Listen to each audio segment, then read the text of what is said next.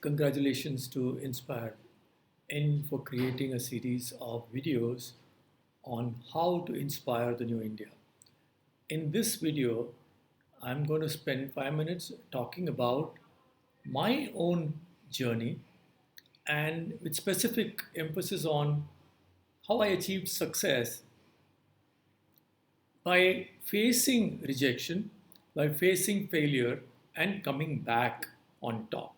Now, a lot of these stories I put in my book, Spring Bouncing Back from Rejection, as you can see on the screen. So, let me get on and tell you a few stories from the book to hopefully help young people figure out a way of facing rejection and failure. Because when I talk to young people, I find them coming to me with the question that, look, you know, you probably never face the kind of rejection which we are going to face.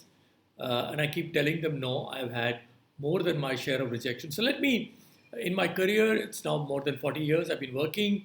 Full-time career ended about 5 years ago, and I'm consulting now. Before that, I held senior positions in marketing, and of course, I was the CEO of a large advertising agency. But it all did not start as a bed of roses. The first time I applied for a job fresh out of IIT at the placement season IIT 1977.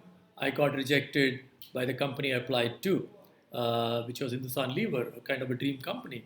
But then I realized when I went back and started thinking in my hostel room that I had actually done a very bad job of answering their questions.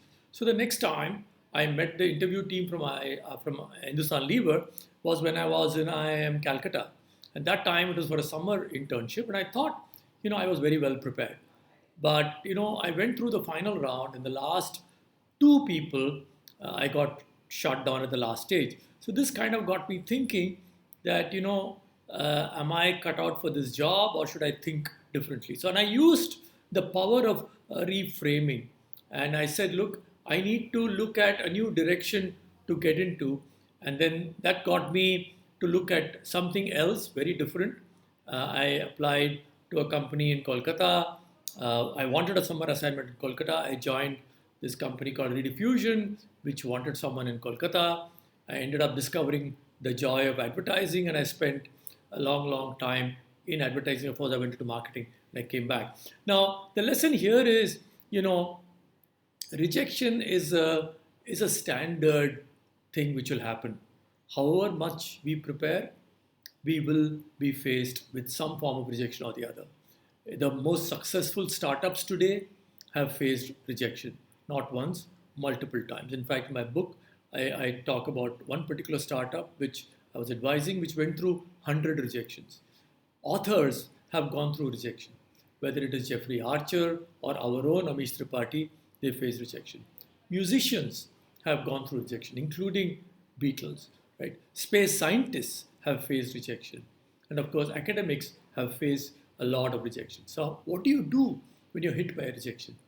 My simple formula, which I've explained in my book, is that however prepared you are, however you think you deserve the assignment, however you think you're confident of getting it, be clear, you may get rejected. So you have to go positive. You have to go very positive into the job, into the interview, into the assignment, into the presentation. But be ready, you may get rejected. So when you get rejected, you cannot crumble. So the first step is be ready to face rejection. Facing rejection. That's the first part. The second is once you're hit by rejection, then you need to process that rejection. What happened? And I have this famous statement which I make that it's not about you. They are not rejecting you. They are rejecting your proposal. They're rejecting your CV. They're rejecting your idea. So learn to process what happened. And it could quite possible that the person meeting you was having a bad headache and you got rejected, right? So that is the second step, which is how to process the rejection. The third, and I think the most important one, is how do you learn? Every rejection holds stories. Every rejection holds truths which we need to learn. So if we can face, process, learn, we will all become that much better. We will be able to do things much better and therefore achieve success which we think we fully deserve, and we deserve that success. So let me wish all of you all the very best and a very happy new year. A very happy new year.